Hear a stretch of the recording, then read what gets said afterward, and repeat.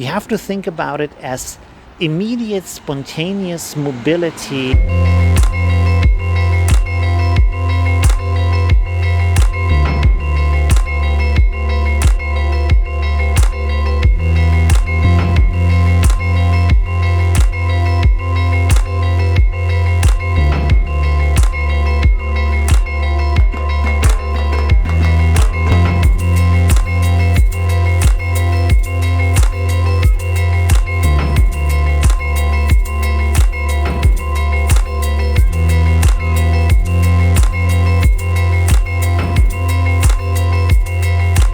It's a bit cold outside.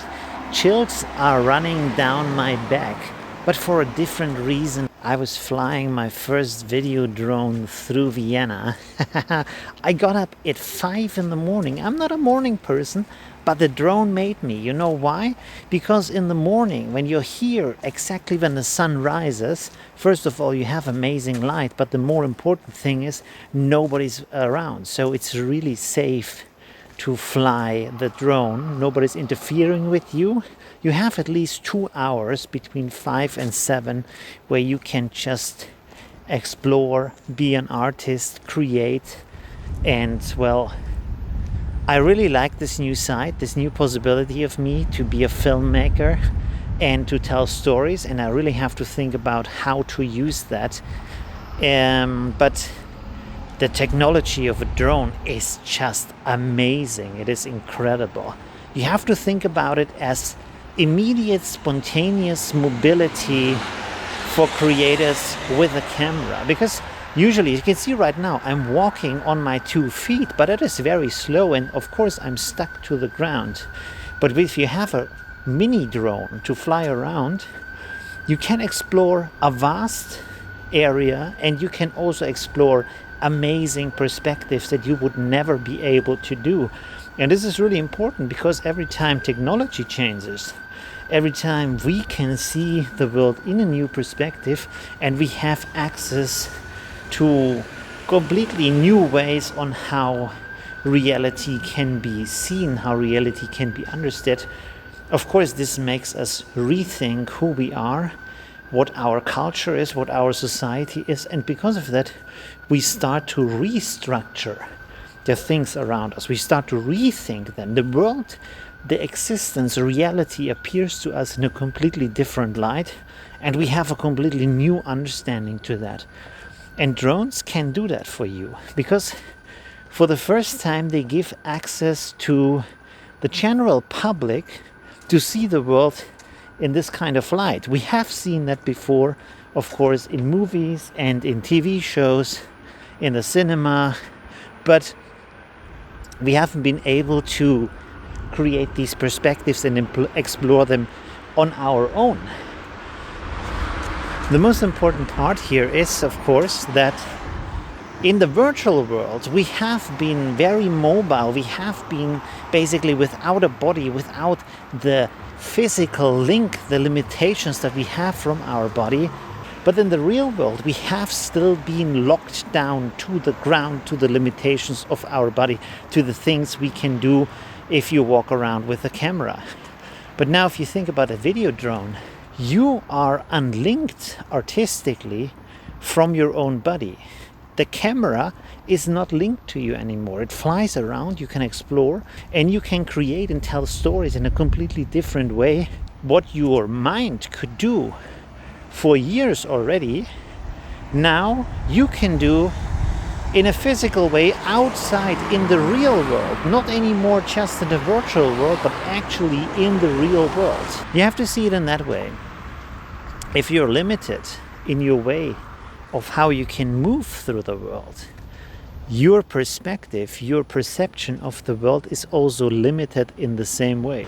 And I'm really looking forward to see how this will change art, change our perception of the world, and also, of course, change how I create art in my creative process. This little tiny and rather affordable device replaces a lot of very expensive and complicated technology. For example, think about a dolly shot where you put a camera on rails and you move it along side to side, or any kind of other movement. You would have to get a permit to build that up at that location. It takes a lot of time. You have to get a team to help you with that. That's complicated. Think about a crane shot where you just want to go up, or you want to have a photo or a video from high up.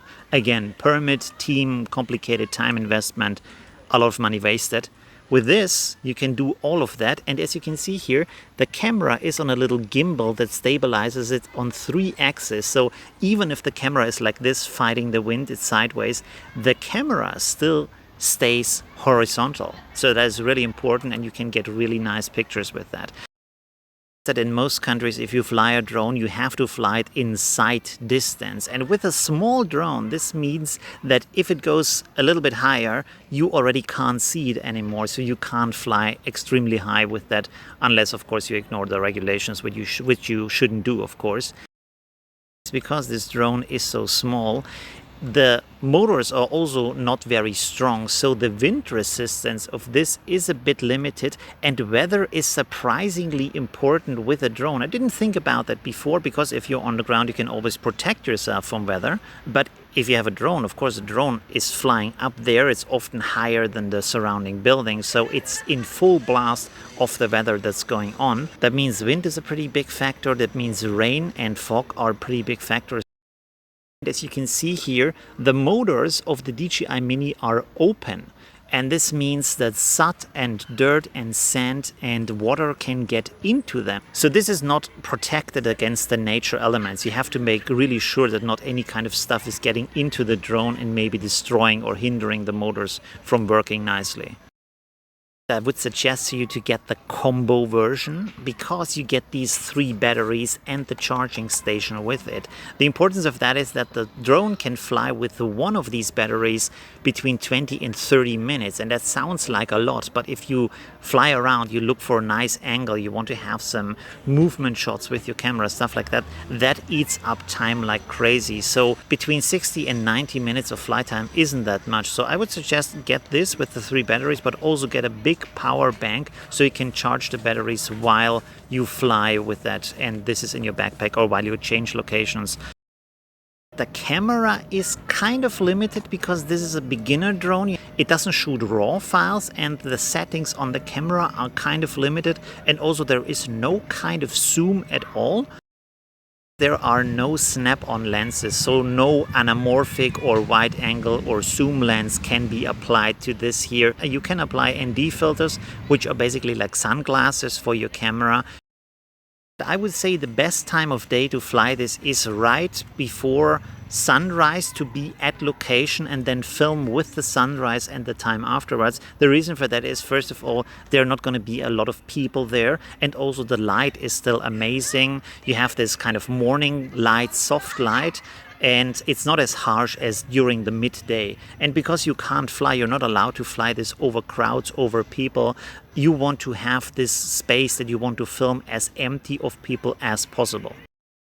The community can be a little bit toxic about giving away good flight locations that are amazing to film or photograph, but not me, because I'm here for you, and I'm gonna tell you how to scout locations for free globally before you even get there. It's a combination of 3 things, and all of them are free. First one is Flickr Maps. It's a global map, and people can pin their pictures there, so you have thousands upon thousands of pictures with the location and also with the EXIF data that gives you a time of day and a date, so you can know when it was taken, and you can basically choose what kind of daylight situation is the best. The second one is also free. It's Google Maps. So find a good spot on Flickr Maps, then change over to Google Maps and scout the location around that. Is it easy to get there? Are there other interesting spots around there?